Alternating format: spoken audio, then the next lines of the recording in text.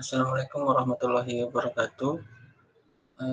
Perkenalkan nama saya Dani Budianto dari jurusan Teknik Informatika 2018. Di sini saya akan menjelaskan tentang rangkuman jurnal yang sudah saya kumpulkan di tugas yang sebelumnya. Ada 5 jurnal yang sudah saya kumpulkan.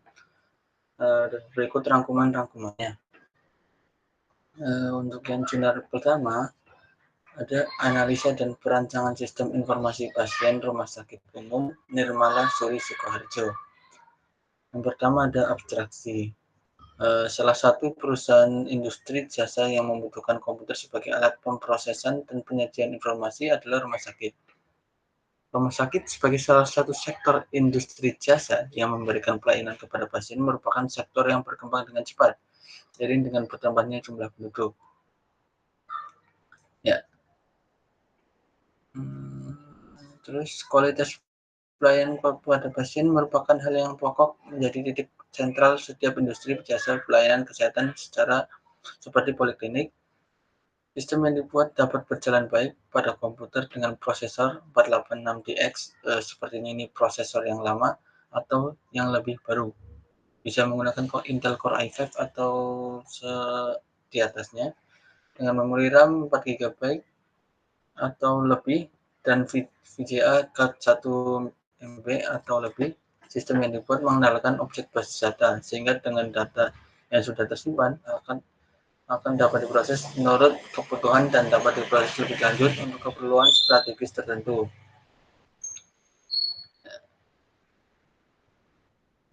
Latar belakangnya seperti ini. Salah satu hampir sama dengan abstraksinya.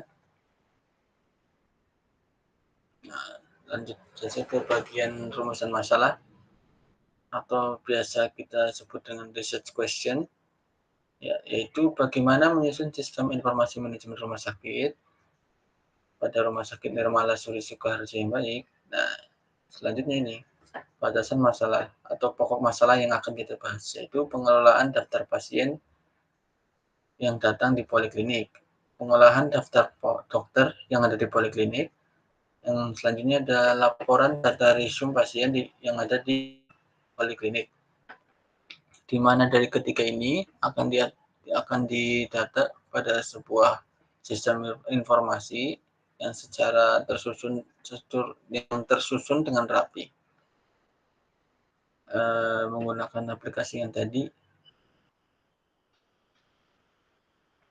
Selanjutnya ada tujuan penelitian.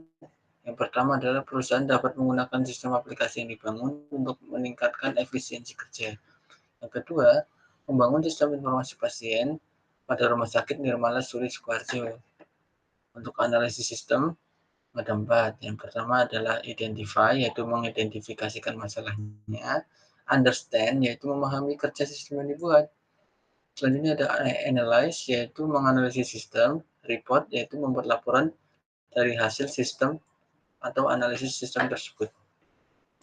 Nah, perangkat pendukungnya yaitu spesifikasi perangkat keras yang dibutuhkan dalam pembuatan sistem informasi pasien pada poliklinik atau rumah sakit Geraha Bakti Husada adalah personal komputer atau komputer Intel Core i5 generasi minimal, kalau menurut saya ini generasi kelima diutamakan atau di atasnya, printer laserjet dan RAM 32 GB serta hard disk 1 TB.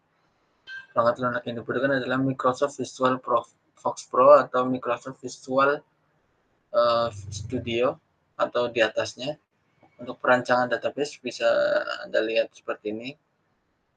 Ada dari database data pasien, tabel resepsionis terdiri dari pasien tersebut seperti ini. Ada nama pasien, jenis kelamin, umur, tanggal masuk, tanggal keluar, agama, kode obat, dan lain-lain.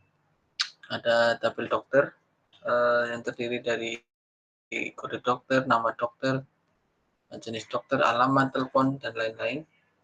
Selanjutnya ada tabel diagnosa seperti seperti ini, ada kode diagnosa, nama diagnosa, dan jumlahnya ada berapa untuk meningkatkan efisiensi dalam pelaksanaan sistem informasi pada rumah sakit tersebut. Lanjut ke jurnal yang kedua, yaitu aplikasi model RAS dalam pengujian alat ukur kesehatan mental di tempat kerja.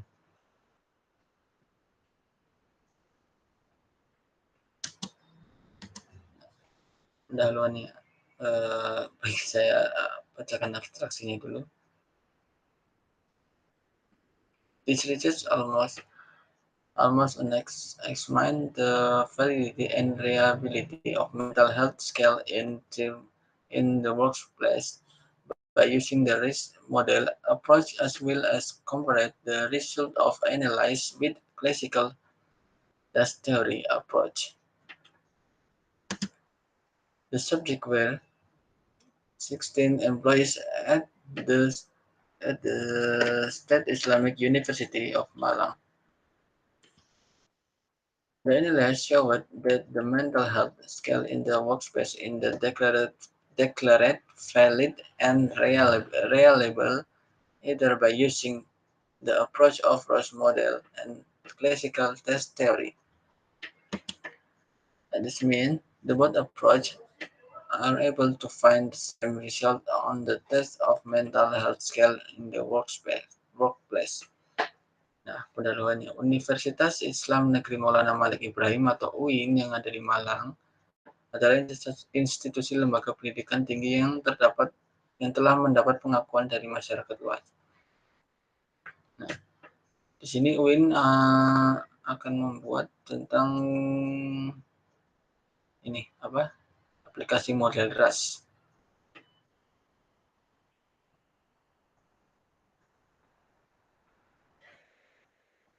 Selanjutnya ada kerangka kerja teoretik.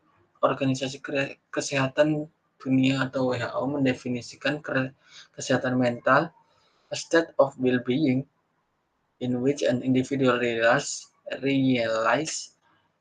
his or her own abilities, can cope with the normal stasis of life, can work productively and fruitfully, and is able to make contribution to his or her community. Pada definisi tersebut dapat dipahami bahwa kesehatan mental diartikan sebagai kondisi kesejahteraan yang dirasakan individu, di mana dia menyadari kemampuannya dapat mengatasi tekanan-tekanan dalam kehidupan. Untuk metodenya yaitu sebagai berikut. Dari sini dapat dilihat data yang diperoleh dapat diketahui bahwa subjek usia termuda adalah 22 tahun dan usia tertua adalah 50 tahun. Seperti ini. Untuk jenis kelamin, status pekerjaan, dan masa kerja. Selanjutnya ada hasil dan pembahasan. Skala kesehatan mental yang dikembangkan dalam penelitian ini merupakan alat ukur hasil proses modifikasi atau untuk mengurangi, menambah, dan merubah. Untuk hasilnya sebagai berikut. Hasil pengujian kesehatan mental dan aspek kecemasan diperoleh nilai sebesar 0,726 dari 4 item yang diuji. Ternyata 3 item yang valid dengan koefisien kolerasi antar item berkisar antara 0,457 sampai 0,653 dan 1 item dinyatakan gugur. Selanjutnya ini hasil pengujian realitas skala kesehatan mental pada aspek hilangnya kontrol diperoleh nilai 0,712 dengan 4 item yang diuji dinyatakan semuanya valid dengan kolerasi antar item berkisar antara 0,486 sampai 0,554. Lanjut ke jurnal ketiga, yaitu metode ekstrim programming pada pembangunan web aplikasi seleksi peserta pelatihan kerja. Abstraksinya, balai latihan kerja secara umum merupakan gedung atau sarana yang digunakan sebagai tempat berlatih atau menambah keterampilan untuk mempersiapkan diri dalam memasuki dunia kerja.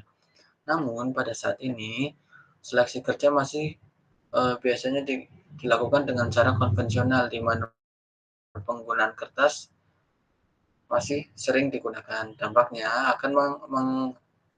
yaitu akan menghambat atau memperlambat proses seleksi kerja, memperboros biaya maupun waktunya.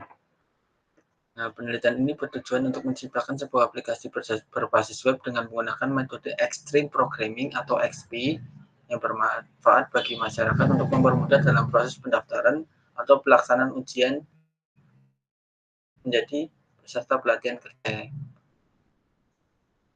Ya, metodologinya yaitu dalam pengembangan perangkat lunak terdapat beberapa pendekatan atau metode yang digunakan. Dalam penelitian ini menggunakan Extreme Programming atau XP yang cenderung menggunakan pendekatan berorientasi objek dan sasaran dari metode ini adalah tim yang dibentuk dalam skala kecil sampai medium serta metode ini juga sesuai jika tim dihadapkan dengan rekrutmen yang tidak jelas maupun terjadi perubahan rekrutmen yang sangat cepat. Tahapannya yaitu ada planning, design, coding, testing, dan software increment. Hasil dan pembahasan seiring dengan perkembangan teknologi informasi dan adanya kebutuhan sumber daya manusia, maka dari itu dibutuhkan suatu sistem informasi yang mendukung upaya optimasi dalam proses rekrutmen dan seleksi karyawan. Salah satunya adalah PT Keywords Company International, di mana PT ini masih menggunakan metode manual dalam perekrutan karyawannya dan juga menggunakan kertas. Hal ini tersebut dapat menimbulkan beberapa permasalahan antaranya baik data pelamar yang hilang atau rusak dan menghabiskan cukup waktu maupun biaya dalam proses rekrutmen atau seleksi karyawan. Planning atau perencanaan itu identifikasi permasalahan, yang kedua ada analisis kebutuhan, yang terdiri dari calon peserta dapat melihat informasi pendaftaran, calon peserta dapat melakukan pendaftaran peserta pelatihan, calon peserta dapat login, calon peserta dapat mengikuti ujian seleksi, dan lain-lain. Yang selanjutnya ada proses pembuatan desain yang digunakan yaitu use case diagram admin, use case diagram pendaftaran, ujian seleksi, dan manajemen data peserta. Dan selanjutnya yang terakhir ada manajemen data soal. Berikutnya ada perancangan arsitektur sistem, yaitu terdiri dari komponen diagram dan deployment diagram. Permodelannya kita menggunakan IRD dan LRS. Jurnal keempat, peningkatan prestasi di tempat kerja melalui aplikasi kecerdasan emosi. Artikel ini akan membincangkan mengenai kecerdasan emosi dalam konteks peningkatan prestasi kerja anggota perkhidmatan awam sebagai pekerja dalam sebuah organisasi. Nah, pekerja yang cerdas emosinya akan mempengaruhi prestasi kerja mereka dan seterusnya berupa peningkatan prestasi kumpulan dan keberkesanan organisasi mereka. Lanjut, berikut tabel atau diagramnya. Dari fungsi pengurusan sumber manusia, budaya organisasi, kepemimpinan organisasi, dan lain-lain. Sini saling berkesinambungan dalam pengontrolan emosi daripada pekerja.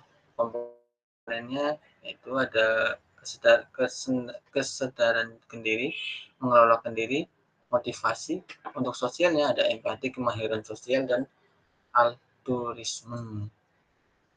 Membangun kecerdasan emosi. Terdapat 3 keperluan utama mengapakah seseorang manusia, individu, atau kelompok memerlukan pembangunan emosi dalam persekitaran pengurusan sumber manusia masa kini.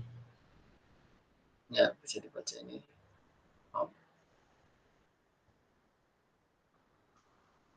Ya, ada individu, permintaan kerja, dan perserikatan organisasi, di mana di sini saling berkesinambungan untuk terjadinya pengendalian emosi yang baik pada karyawan.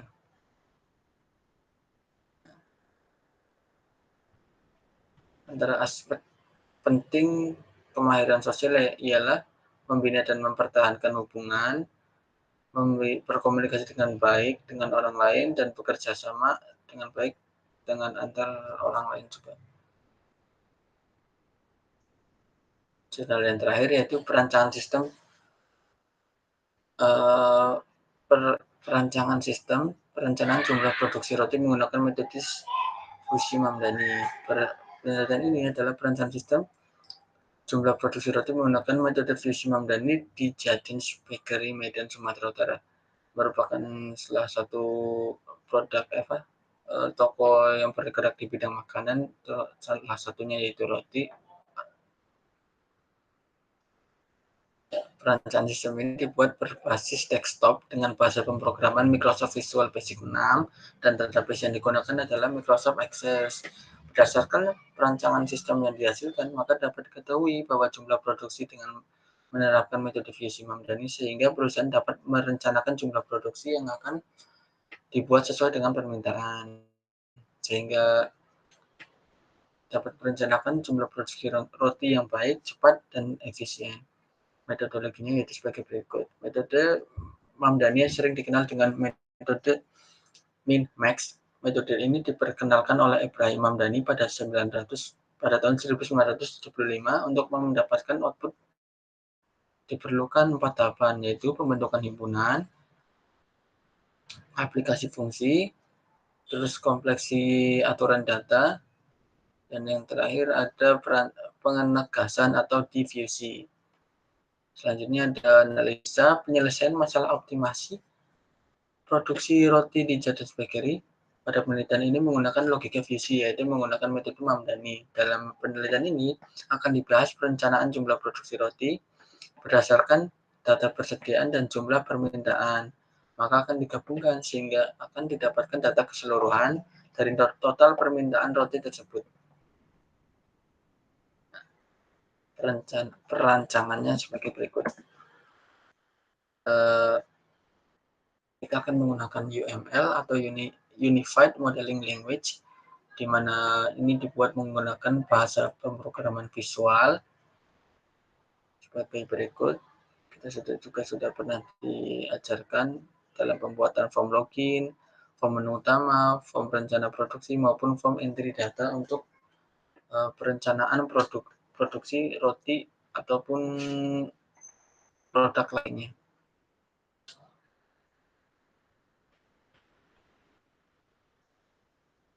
Kesimpulannya itu berdasarkan pembahasan mengenai penerapan metode Fushi Mamdani dalam merencanakan jumlah produksi roti berdasarkan data persediaan dan jumlah permintaan yang dibangun dengan menggunakan bahasa pemrograman Visual Basic 6 dan menggunakan database Microsoft Access 2007 dapat disimpulkan bahwa penerapan logika Fushi Mamdani efektif diterapkan dalam aplikasi untuk membantu pihak perusahaan, khususnya pihak Jadens Bakery, dalam merencanakan jumlah produksi roti berdasarkan data persediaan dan jumlah permintaan.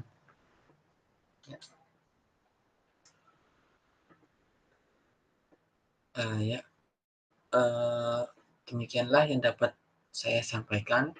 Apabila ada kata-kata yang kurang berkenan ataupun penyampaian yang kurang bisa difahami, saya mohon maaf. Saya akhiri. Wassalamualaikum warahmatullahi wabarakatuh.